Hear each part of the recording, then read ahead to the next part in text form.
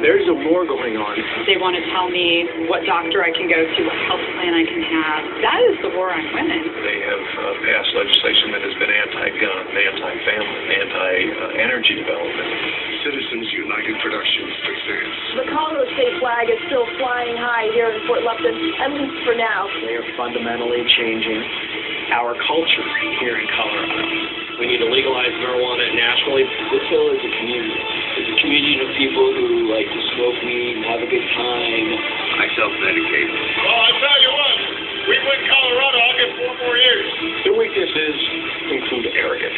Being a survivor of rape, what would have been different if I had been carrying the weapon I was licensed to carry that night? Actually, statistics are not on your side, even if you had a gun. That's why we have the whistles.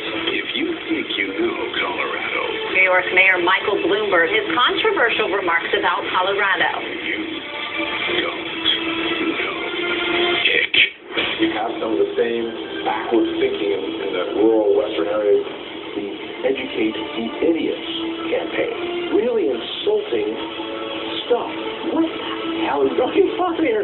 Who is this person? Where do they get the kind of money? Michelle Malkin hosts an all-star cast. It all started here in Colorado, and the Colorado model could be coming to your state next. If they can do it in Texas, Republicans are doomed. Fundamentally transforming the United States of America.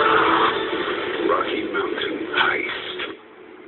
Joining me now, Michelle Malkin, host of the film Rocky Mountain Heist, and David Bossie, president of Citizens United, which produced the film and went all the way up to the U.S. Supreme Court to fight for the right of companies like his to make their own voices heard in politics. Welcome to you both. Michelle, it's great to see you again. I know our viewers have missed you, and now we know what you have been up to.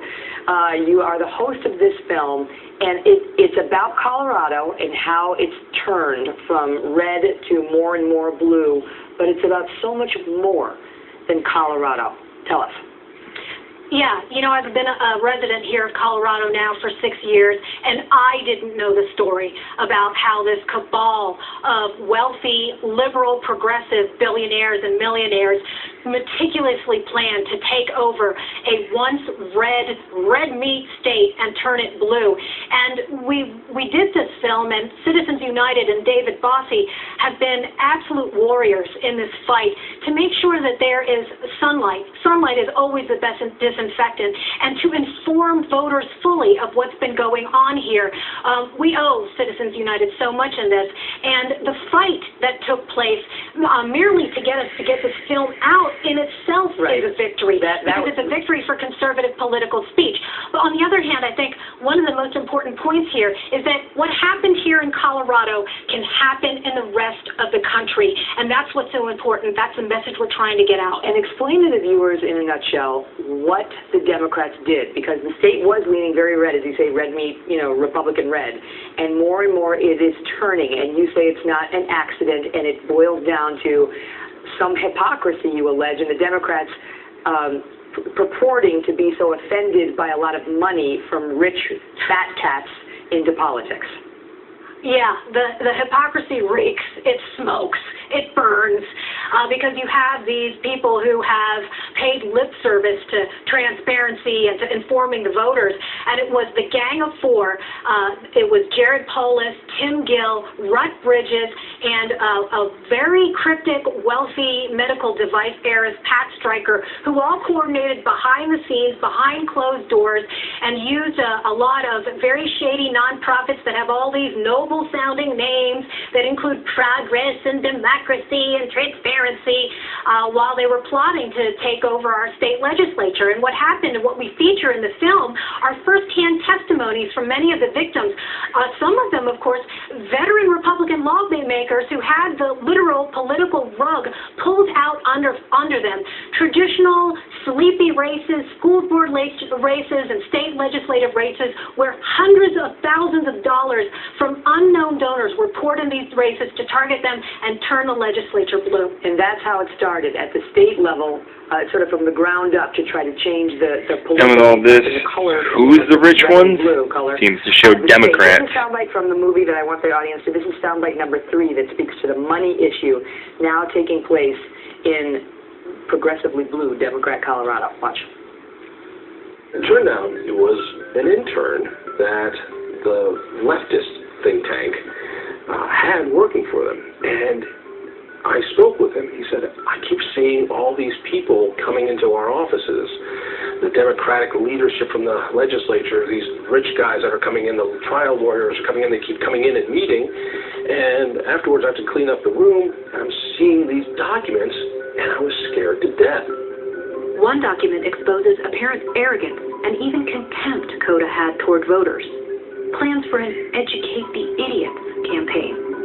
The memo states the AFL-CIO would be tasked to educate the idiots and clearly labels one so-called idiot group minorities. Explain what we're seeing there, Michelle. Yeah, well, this is how these progressive architects and engineers talk about their own constituency behind their back. And it's not just conservative and Constitution-loving Republicans who should be offended by it. This is how they strategize. And, they don't just demonize their opponents. This is how they talk about their own people. Educate the idiots. And those were documents that were obtained. CODA, which I mentioned in the film, is the Colorado Democracy Alliance. And this is the infrastructure. This is the vast network that has been formed not only as a result of the Gang of Four's collusions in Colorado, but at the national level. The sort of sister organization, the Democracy Alliance, is considered the new center of gravity for influencing elections, ballot boxes, and policy fights all across the country. It's happening in Texas and Virginia and Maine and everywhere, and people need to know about it. All right, and now that's the question I have for you, David. So as somebody who went all the way up to the U.S. Supreme Court to fight for corporations' First Amendment rights to be heard, and that decision in your favor has opened a lot of floodgates in terms of money in politics, how can you be critical? Those who say this is hypocritical of you to come out and in essence, criticize all this money in Colorado politics, state and federal, shouldn't you be out there defending this? Well, Megan, I have no problem with people spending money and making their voices heard. What Michelle uncovers in this film, and our director and writer, Jason Meath, did a tremendous job working with her. It really uncovers these four individuals who really used the dark shadows to hide in. They didn't want transparency. Personally, I don't care about whether or not they spend money in politics. I do care that they attack me for what we do, and then they're the hypocrites in this issue. Because little by little, if they maintain control, if they gain control of the state legislatures, the power then rises up and they start to gain national prominence in federal positions. Michelle, I want to ask you this. This news about this change in the Colorado voting law, which took place under Democrat-controlled legislatures and governor, is it really as dramatic as they say? Can you really move to Colorado, visit Colorado basically for 21 days, and on day 22 register to vote on voting day online? It is as bad as they say. And who's saying it? Well, it's election officials here in the state of Colorado. The El Paso County clerk in my right here in my backyard had been warning about it. The Secretary of State, Scott Gessler. And here's exactly why the Citizens United film Rocky Mountain Heist is so important. We mentioned this in our film. We talked to state legislators and Republican officials who knew that this was happening, who knew that this was part of the plan, the model, the blueprint, to put through these so-called reforms that are supposed to enlighten and inform everyone and improve the voter situation, to be used and exploited specifically to affect elections, particularly when they're close. What do you get when you combine the Chicago way and the Colorado model and the Rocky Mountain Heist? Exactly this kind of voter fraud Frankenstein, which is perfect for Hollywood and exactly what they want when elections are close. And they're just coming up in a couple of weeks, aren't they? She is just as fiery as ever. She's just, she's like, the Denver air has not fooled her. Yeah, that's right. She's still ready to bring it. David, it's great to see you. Michelle, you as well. Rocky Mountain Heist. Check it out. Thank you. Well, we mentioned at the top of the show how the Colorado Senate race is neck and neck right now. In moments, Chris Direwald has new numbers on some critical races that will decide the balance of power in Washington, and how exactly is that looking as of today? Plus, new controversy over a Democratic campaign flyer that uses the police shooting of Michael Brown in Ferguson, Missouri as a get-out